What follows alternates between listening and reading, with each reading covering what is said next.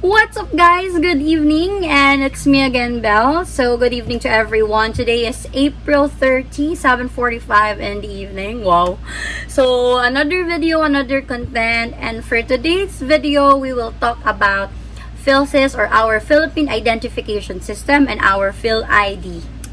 Yes, you've heard it right. So, today is the launching of our online registration and what they call parang soft launching or the dry run ng ating Philippine ID. Yeah. So, for today, I will talk about what is PhilSys, what is PhilID, how you can register online, at kung ano ba yung mga kailangan para makapag-register kayo. So, huwag natin patagalin to. If you're new to my video, don't forget to like and subscribe and hit the notification bell na rin para updated kayo sa mga videos na i-upload ko pa. And for sure, marami tayong magiging questions, comments, and suggestions. So if you wanna more about na hindi matatakal sa video na to, ay isushoot ko on my next video. So don't forget to subscribe and let's go!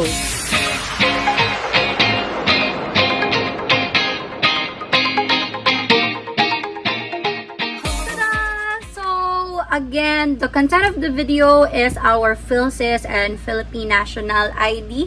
So, if you guys are not aware, nag-post ang ating PSA sa Facebook. If you're a follower of Facebook, I will flash it on the screen. Na today will be the soft launching or the pilot of our online registration so that we can have our Philippine ID. So, as we all know na napag-desisyonan ng government and other agencies na magkaroon na rin ng identification or one ID for all of the Filipinos and resident aliens of the Philippines, yung mga naninirahan dito. And today, April 30, is the soft launch or the pilot launch. So, in this video, we'll talk about what is PhilSys, the Philippine ID, how you can register online, and what are the requirements so far. So let's start by number 1. What is PhilSys? So I will flash it on the screen. This is from the PSA website or the Philippine Statistic Authority. So I will read it to you and I will flash it para makita nyo rin. So what is PhilSys? The Philippine Identification System, or PhilSys, is the government's central identification platform for all Filipino citizens and resident aliens of the Philippines. So, ang Philippine Identification System is a government central identification. Again, this is not only for all Filipinos but also the resident aliens. Resident aliens, sila yung, foreigner in layman's term, or yung mga naninirahan dito or residents na dito sa Pilipinas registered, and this is also for them, so it's not only for Filipino. And next, what is PhilID? The PhilID is a valid proof of identity that can be used to transact with a government and private sector. It is a non-transferable card issued upon successful registration to the PhilSys. So, PhilSys is the system. PhilID is the national ID. So, Philippine ID. So, this is proof or identification. And of course, this is accepted as valid ID. So, as we all know, sobrang hirap ngayon nang wala kang valid ID and matagal kumuha ng iba't ibang klaseng ID like UMID, Pag-ibig, PhilHealth, TIN, passport, and other government issued IDs. So the PhilID will be the Philippine ID that we can have. And this is not mandatory. So it's still compulsory, but everyone is encouraged to have. Para sa inyo na rin yun, kaya kumuha na rin kayo. And let's talk about what is RA 11055. So this is the Republic Act 10055, wherein known as the Philippine Identification System Act. It is an act establishing a single national identification system that aims to provide a valid proof of identity for Filipino citizens and resident aliens of the Philippines, signed by President Rodrigo Roa Duterte on August 6, 2018. So there you go. And explain na natin what is the system, which is the PhilSys, the ID, which will be our valid national ID, and the Republic Act na inaprubahan last 2018. So, next is, so since we have discussed and alam nyo na may idea na kayo kung ano yung PhilSys and PhilId natin ngayon, let's talk about number 2, the registration process. So, number 3 na pala yon kasi 1 and 2 is explanation of PhilSys and Philippine ID. Nalito na rin ako. And then, let's talk about number 3, which is the online registration. So, when is the registration? It was targeted last March. However, hindi siya natuloy. So, ngayon, nagkaroon na sila ng pilot launching today. Yes, today, April 30. And when I check 3 hours ago, you will see this.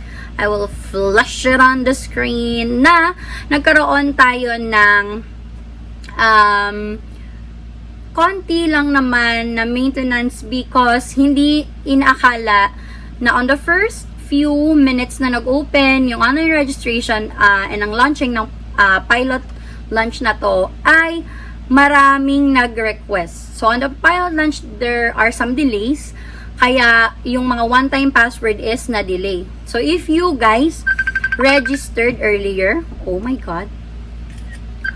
So, okay, sorry. So, if you guys registered earlier and nag-try kayo na mag-fill up and then mag-submit, hindi lahat naging successful because sobrang dami na nag-register, about 40,000 on the first few minutes na nag-open yung launching. So, meron mga technical difficulties and as I have checked, ayan yung advisory. Hindi pa maayos and they will advise na lang if up and running and siguro in-upgrade nila yung system para ma-accommodate lahat. So, there you go.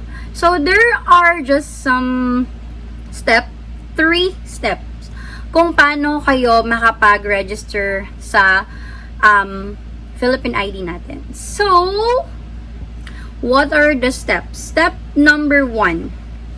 So, collection of demographic information and appointment setting for this. So, on the first step is, una, mag-fill up kayo ng form wherein i-register yung information like name, gender, birth date, place of birth, blood type, and address, and so on and so forth.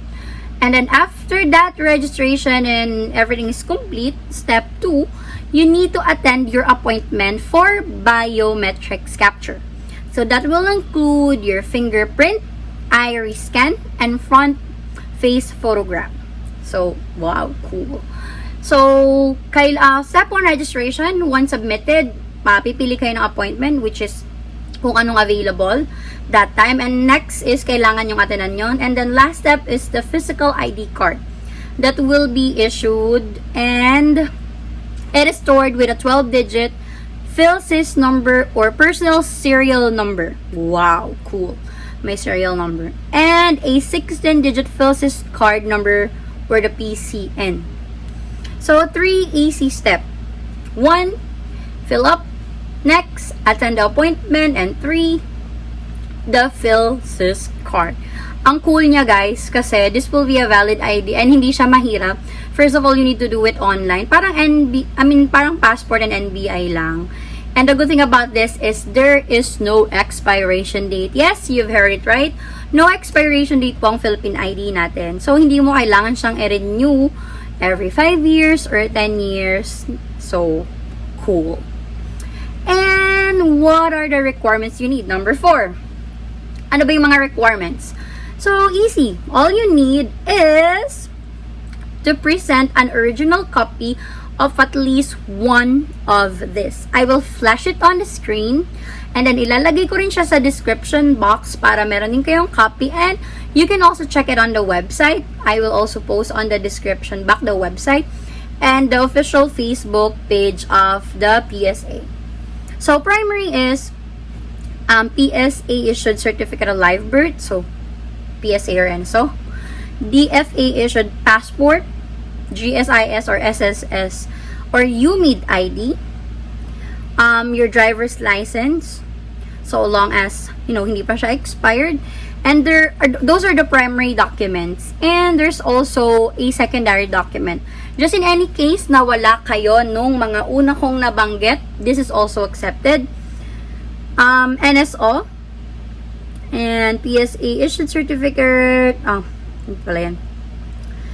Okay, PSA issued report of birth, PSA issued certificate of funding, Seaman's book, Professional Regulatory Commission, Senior Citizen ID, pwede pala siya.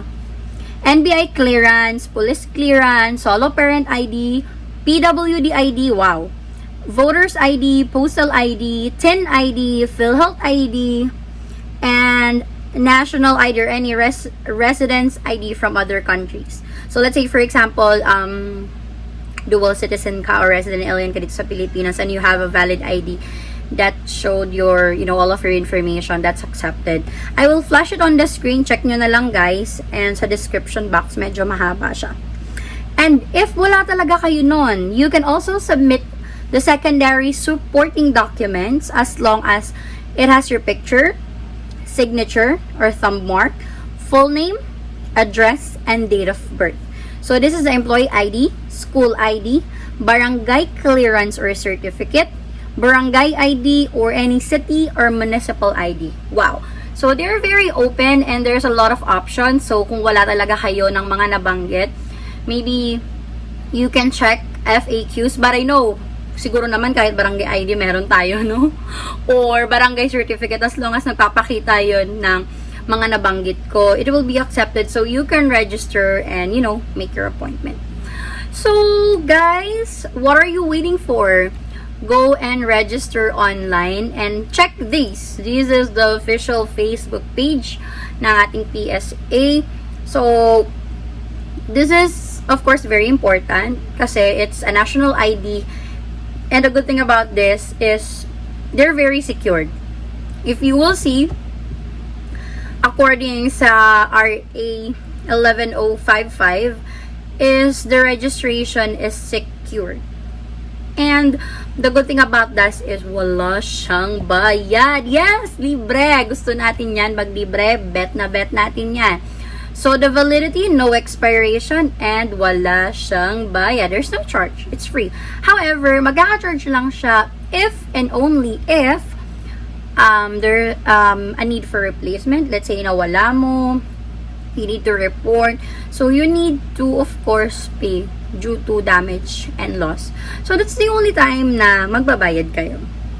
And if you are asking how will the PSA ensure the data privacy and security of the information being uploaded in the PhilSys, you don't need to worry because the PSA really take this seriously because this is a Philippine ID, a national ID that all of the Filipinos will have and get. Kahit na hindi siya mandatory and syempre, as a Filipino, parang gusto mo na rin magkaroon ng valid ID since number 1 requirement yan kung ano may pag-a-applyan mo. So, the responsibility of ensuring the privacy, the security, and integrity of the registered person's information or data, there are sufficient safeguards shall be placed to ensure information security and cybersecurity and data protection. So, we don't need to worry. Siguro naman may mga firewall and eklabo dun sa ladon to make sure na hindi mahahack or secured yung information na i-upload natin sa system. So, that's it, guys, for this video. If you have questions, comments, suggestion, please comment it down below. And kung meron doon na kaya kong sagutin, since I've reviewed the website itself and the FAQs, I will answer your question based on the website na lang din. And if you have other concerns, comment nyo lang. Maybe we can find answers and sa mga magko-comment, baka alam nila. So, that's it. Thank you so much for watching and I hope may natutunan kayo sa video na to. Mag-register na kayo guys and I will post it on the description box. Thank you so much for watching and Have a nice day. Bye!